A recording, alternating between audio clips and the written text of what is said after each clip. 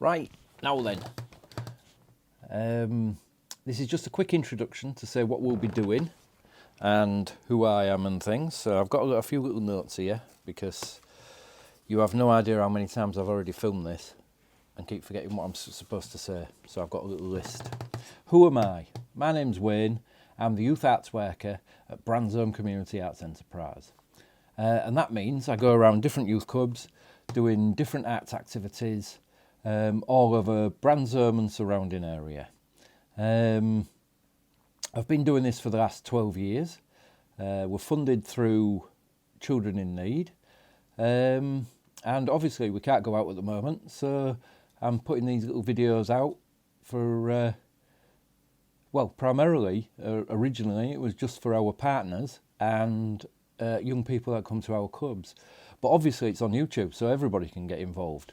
So don't think you can't tune in. If you're not a part of one of our clubs, of course you can. Anybody can have a go. It's open for everybody.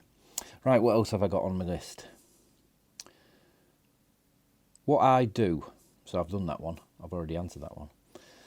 And my background. So I think I've already said that I'm an artist. I'm not a teacher. Even though I do teach different arts activities, I think it's important to sort of stress that I am an artist. I'm a practicing artist. I exhibit, and I have exhibition. I try to exhibit in at least 6 exhibitions every year. Now, luckily this year I've already got 5 in, so hopefully by the end of the year I'll have got my six exhibitions done. Now, my background. I started my, I suppose, career as a photographer, working for a newspaper. I was on staff there for 14 years. I got my City and Guilds in photography while I was there. And I left there and went to art school, where I did a HND in creative studies. And then I did a degree in fine art. And then since then, I've been working as a community artist doing arts projects. So that's kind of my background. I would class myself as a multidiscipline artist. So that kind of means I do a bit of everything. So obviously I would say photography is my core subject. But I love drawing and painting. The exhibitions that I do are usually about drawing. I think if it's visual art, then I can probably turn my hand to it. And any craft things. As far as performing arts, that's definitely not me. That's not my field at all. You might have noticed there was a little jump there. That's because I keep going wrong. So what I've decided to do, I've got three main points that I need to do. So at each point I'm going to stop it, check that I've done the right thing, and then do it again.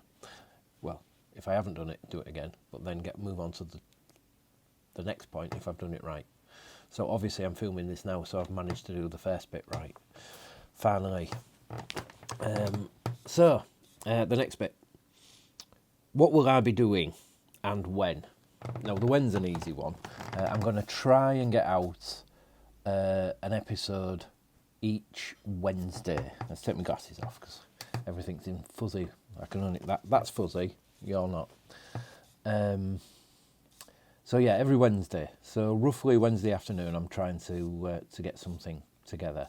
What I'm going to try and do is get one episode ahead of myself. So at the end of each one, I can roughly tell people what they'll be doing next week. But I'm not at that stage yet. So you have to bear with me because I'm new to all of this. So that's the when. So that's the easy bit. What will I be doing? So what we'll be doing is is simple crafts, and the reason it's going to be simple crafts, or art and crafts, I think I should stipulate art and crafts, is because I'm quite aware that people don't have the vast amount of arts supplies that I have in my house. So I'm going to try and keep it to as simple as possible. So basically, pens, pencils, paper, that kind of thing. So the next thing is saying what the kit will be. But I want to try and make it as accessible to people as possible. And I do understand that people don't have loads and loads of art supplies in their house.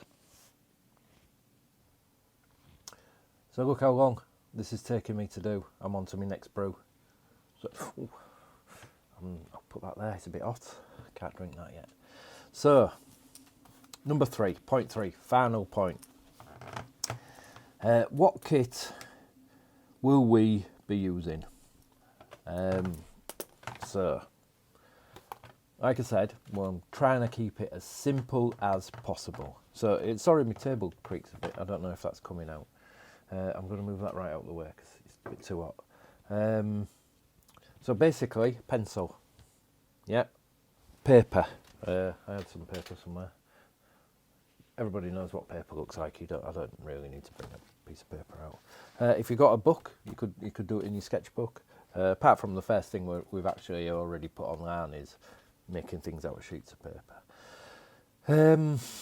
So yeah, don't really matter what type of pencil. This is just an ordinary HB type of pencil. You can have softer pencils for sketching with if you've got them.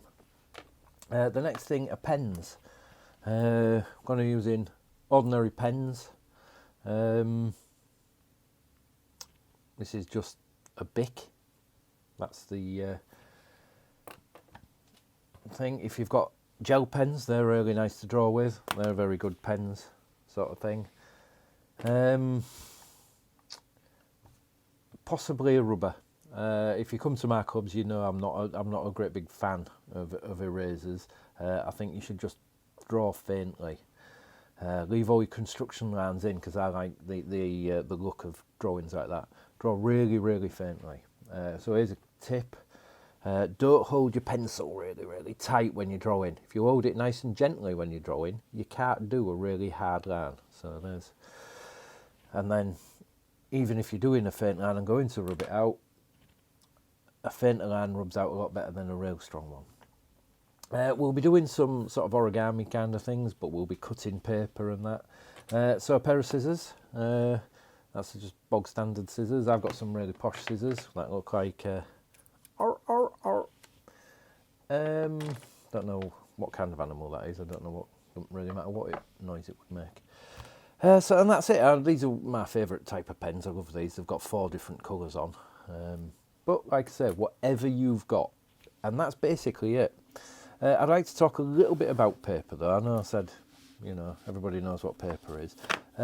It's what paper you've got. Now, the only paper I've got is this sort of cartridge. It's kind of quite thick. I do have some of the thin paper, but I haven't got much of that, so I'm keeping that to print things off through my printer. Some things we'll be making will be just done with newspaper, and I'm going to show you that you can actually just draw straight onto newspaper as well. If that is literally all you have, then that is what you can use. Obviously, the better the paper, the better, especially if you're going to be painting, if you've got some paints, the thicker, the nicer the paper. But have a look around your house. You'll have loads of different like envelopes or leaflets that they put through. And generally, they're shiny. They're not very good for writing on, but sometimes you get matte ones. You can draw on anything, absolutely anything. Test it with whatever pen or pencil you have. Give it a go, because it'll all use different. They'll all take it quite differently. I've got the paper I'm using here as a reflector.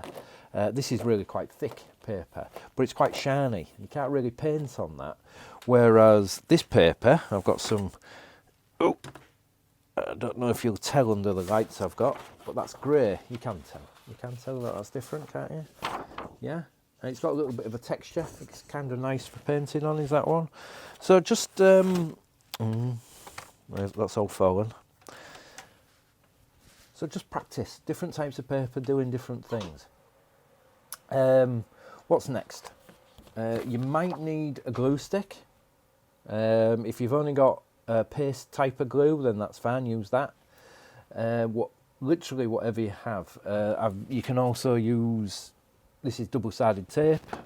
If you've got ordinary sellotape, if you've got masking tape, any of these things, and you can actually draw on masking tape.